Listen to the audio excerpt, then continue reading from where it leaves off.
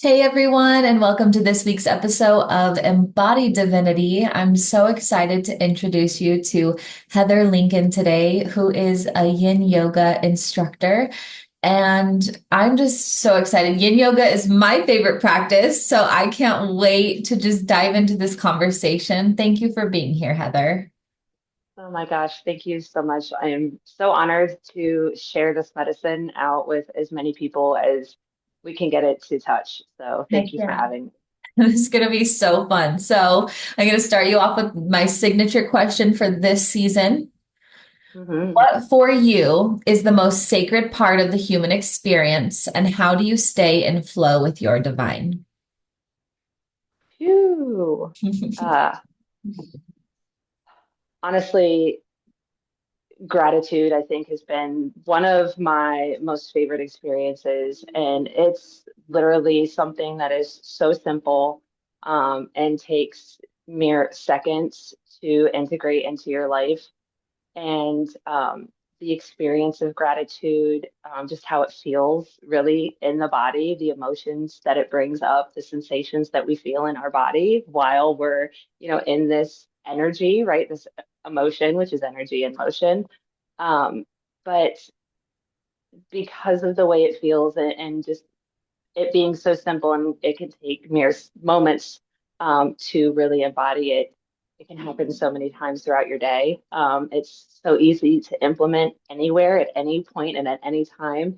And it can literally just be thank you for that breath, or, thank you for the bank account. Thank you for, my bills being paid. Thank you for the cure of my disease, like whatever. It could be so super teeny tiny, but yet have such a huge ripple effect.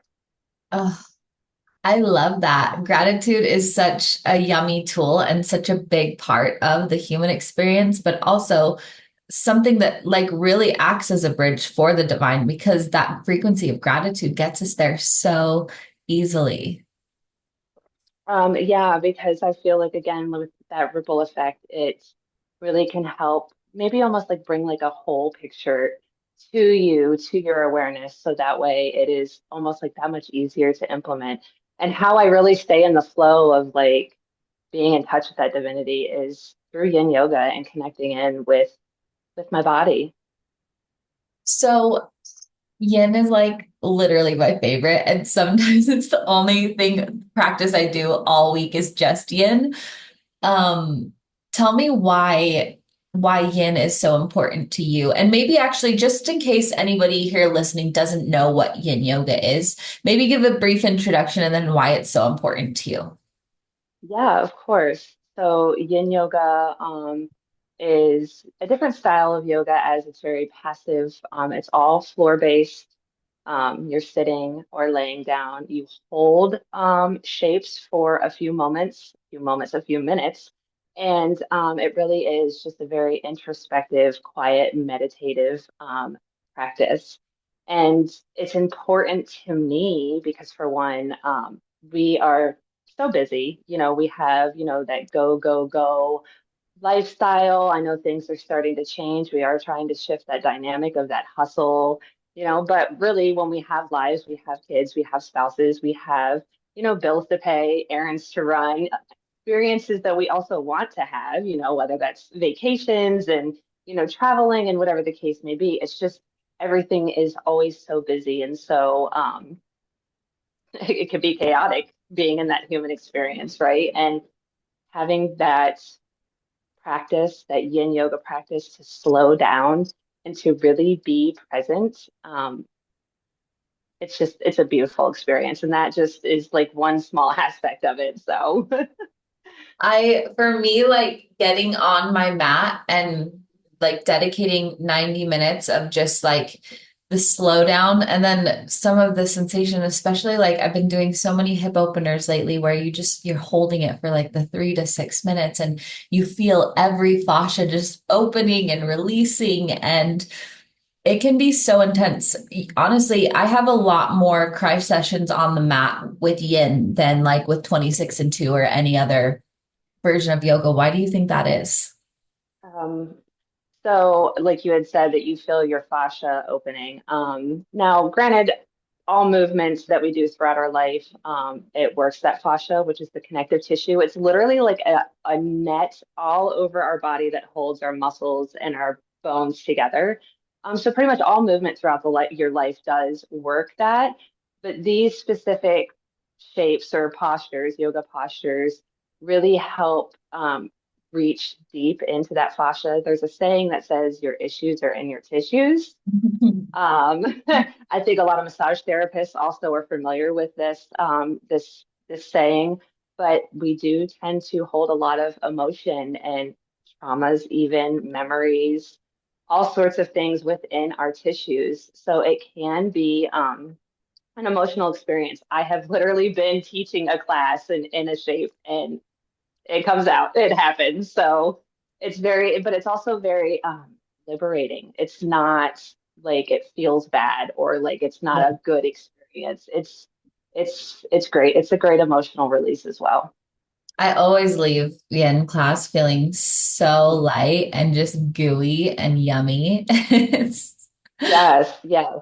It's a really different experience, especially because we do bring that focus back into our bodies, and we are usually so disconnected as when we're like living in our heads. And again, that go, go, go, I have to go do this, I have to do that, like this needs to get done, blah, blah, blah, blah, blah. So it's that really like just nice moment to really get into the body and into the present moment. And I mean, just connecting with your breath and just connecting with how your physical body is feeling today in this moment, in this shape. It's just so yummy. yeah, I agree. So, how did you get into yin specifically, and how has it changed your life? Yeah, so I got my 200-hour yoga teacher certification, classically trained in vinyasa, in 2020. And I, was doing vinyasa classes, and I think with the pandemic, it really helped.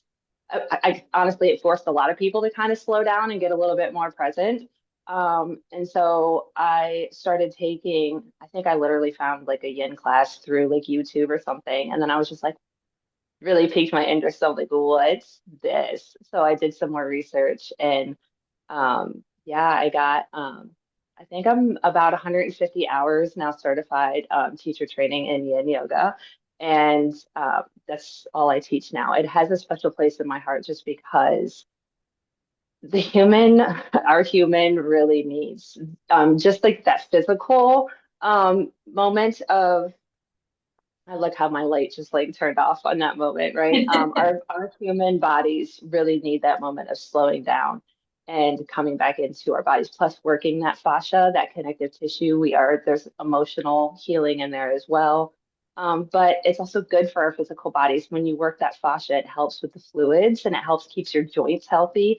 It's good for any type of pain relief. So, I mean, it's just I know us humans here, as especially healers, empaths, light workers, we all spend a lot of time connected to the higher dimensions, and there's been a very big push in spiritual journeys, spiritual connections that I feel like humanity has kind of lost this physical earthly realm that we are still living in. We are physically here. So bringing us back into that body is really like almost like a whole like connection going on. It's that mind, body, spirit connection. So I've really things have changed dramatically in my life. Like even my gifts, my spiritual gifts, my spiritual journey has expanded as I've, ground more and connected deeper in with my body. So yeah, it's just been like a holistic journey. And when I say holistic, it's like WHOLE, like the whole thing. So it's been Wow. great. It is such a transformative practice because, like, at the beginning of my journey into yoga, I was doing like a 26 and 2 for 90 minutes every single morning. And I'm like a hot yoga girl. So I like love to go and sweat and do all the things. And there's this energy about it, right? But and it moves things through your body and it helps you feel that feeling of aliveness. But when I started going to yin, it was the first time when I really started to like breathe on the mat, where I really connected with the actual practice and the movements. And I felt my heart opening in ways it hadn't before. And it was such a powerful experience for me that, and I know it also has to do with the practitioner. A lot, especially here in the town I live, a lot of like the the different forms of yoga practitioners kind of are using it as a workout rather than a spiritual practice. And the yin, you can't really do it that, like, it's not that at all. And I think that's why I'm so drawn to it, because it gives you a chance to connect your divinity into your body and to really bring it down and have this experience of like grounded but so spiritual. And I've gotten such amazing insights through yin. I'm assuming as you're talking about your spiritual gifts shifting and you and this holistic journey, that a lot of that has to do with yin. Absolutely. Yeah. I I've definitely focused more of my even my own personal yoga practice to yin, and that's just where most of my shifts have been happening. A lot of times I have aha moments while I'm on the mat, while I'm in my shape.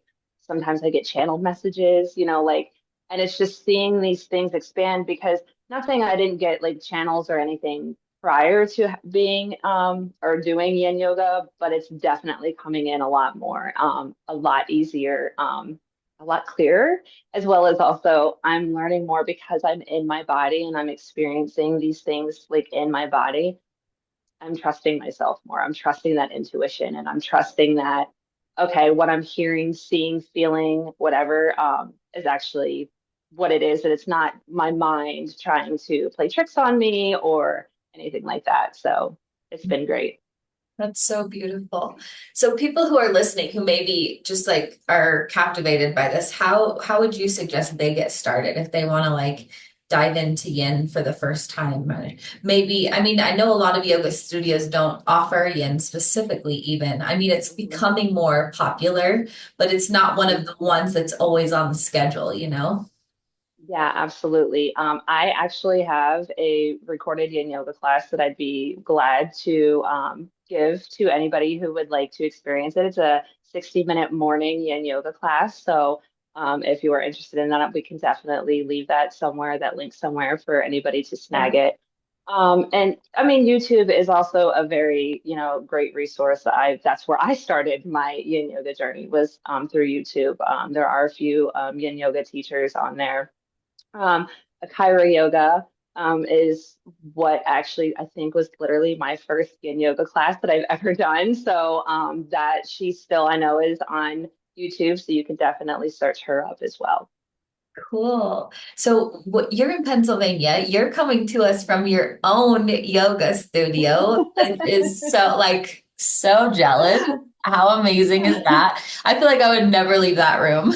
I actually do spend a lot of my time here, so I mean, and it's in my basement, so it's nice and grounding because I am surrounded, by earth, and it's just, and it's of course helped bring things in and done some cleansings and rituals within here to give this, such a good vibe. But I spend a lot of time here. And you host your own personal classes there. I do all virtual. So that's an option as well. I'm always available virtually. I do. So how do people connect with you in that regard? Absolutely. So you can find me on Facebook, Heather Linkens. I know we can probably link that somewhere as Yeah, for well. sure. And I do also I'm in a group where I offer some what I call quick connects, which is literally just like a 5-10 minute yin yoga shape to just quickly connect into your body for the day. I do that. I host that in a Facebook group called the Healing Waters. Cool. So we're going to Yeah. put all these links below wherever you're watching this episode. I'm super excited because there's so many. So here at my personal studio, they offer in Sunday, Tuesday, and Thursday. So I'm joining your virtual classes because I've been so looking forward to the day when I could practice yin every single day, you I know? love it.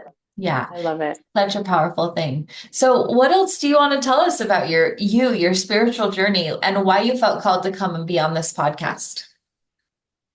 So I want to say it was probably around 11 years ago when I have heard like what an empath was or, anything on that. And I think that started somewhat of a spiritual journey because I related so much to what like the symptoms or the signs of an empath was. And I was also coming out of a very toxic relationship. We were together for 10 years. So, there was so many like breakdowns that were happening in my life. And I'm now a firm believer of like when things start like you feel like it's falling apart, it's literally just clearing the way for the things that aren't meant for you. So that way you can move forward in your life to the things that are meant for your greatest and highest good. But anyways, coming back to, learning that, okay, I'm an empath and I'm extremely sensitive. I always wondered why I was such a sensitive person. And listen, I cry all the time. It's like ridiculous, but like it's just who I am, right? I used to fight it a lot. I used to always be like, no, we don't have time for this, or oh, you're not feeling this. I've learned a lot of almost in a way self mastery, right? Because I've really learned that yes, I am an empath, and yes, I can feel other people's energies, and yes, I can pick up all of this. And sometimes I'm feeling emotions or things that I don't know why I'm feeling them or where they came from, but I've learned how to control myself, and that's the only thing that you can control. Um, and that I've been giving this gift for a reason, and being able to feel other people's energies. We are supposed to be that light to help bring them up to that higher frequency instead of allowing life to bring us down to meet us in those low frequencies. It takes a lot of work to get there, but that's the point of us being an empath. We're feeling other people's energies so we can relate to them, so we can be compassionate, so we can, really be relatable because that's like the biggest thing, right? Um, so like starting that yoga journey and everything has just really opened my eyes to so much and learning that we spend so much time. I'm a mom, my baby is now 17. So like I spent, I've spent decades putting everybody else before me. And honestly, it's a shame that we were always forced to believe these things because really we were just constantly pouring from an empty cup. And I feel like that's a lot of reason why there's anxiety, depression, you know, all sorts of diseases, and it's showing up that way in our bodies because we've stopped taking care of ourselves and we've stopped being connected to our bodies as well. So it's just been like a crazy journey, especially the last couple of years have been amazing. And a lot of self-awareness. I'm telling y'all, like you learn some things about yourself that, a lot of forgiveness too, because man, just so much. But it's just been such a beautiful thing, and I wouldn't have changed any of it. I look back on, things and no, I wouldn't change it because it brought me to where I am right now. And I cannot wait to see where I go from here and how life, like the experience I'm gonna have of life is just phenomenal. So I'm so excited that I really like I've took on this mission, and my job is to bring that medicine to other people and to bring that space to where they can experience their own version of this themselves. So I love it. I love it too. And the practice of yin and being able to incorporate that in the spiritual journey, especially with feeling so many emotions and feeling all of the things, it's such a ground, like it really brings you into your body, and it really helps you transmute a lot of that and to really have like deeper insight about all the things you're feeling. And it's just such a beautiful thing. I have a special place in my heart for yin practitioners because it you set the stage for the people in your practice. Like if you're scattered and all over the place, they're feeling scattered out. And I've had this experience. And so to have you have this gift where you've really mastered that ability to bring in your emotions and ground yourself and be in your body, it's such a beautiful thing. And it's hard sometimes because the world sees this version of you. And Mhm. it's the case with all of us, light workers, shadow workers, healers, right? They see this version of us and they don't necessarily see the the mountains we climbed and the battles we fought to get here. And so for me, I just want to say thank you for doing the work. I see you. This is such a beautiful thing that you're offering to the world. And I can't wait for my community to experience more yin in their life. Yeah. And it's one of those things too where sometimes it's so hard to explain, like maybe like how you experience it, because everybody's experience is going to be different, right? But it's just one of those things where it's like you just don't know until you try it. So you just gotta try it. Like you really don't know what you're missing until like you have it. You know what I'm saying? So get out there and try a dang yin yoga class. Trust me, you're really gonna appreciate Oh, it. thank you so much, Heather, for being on this week's episode. I'm so excited that we connected and that you were willing to come on. Such a beautiful conversation. Oh my gosh, thank you so, so much for having me. I feel so grateful. Thank you. Yeah, so much fun. And you guys can find all of Heather's links below everything we mentioned in this episode. And as always, breathe deep and plan on miracles.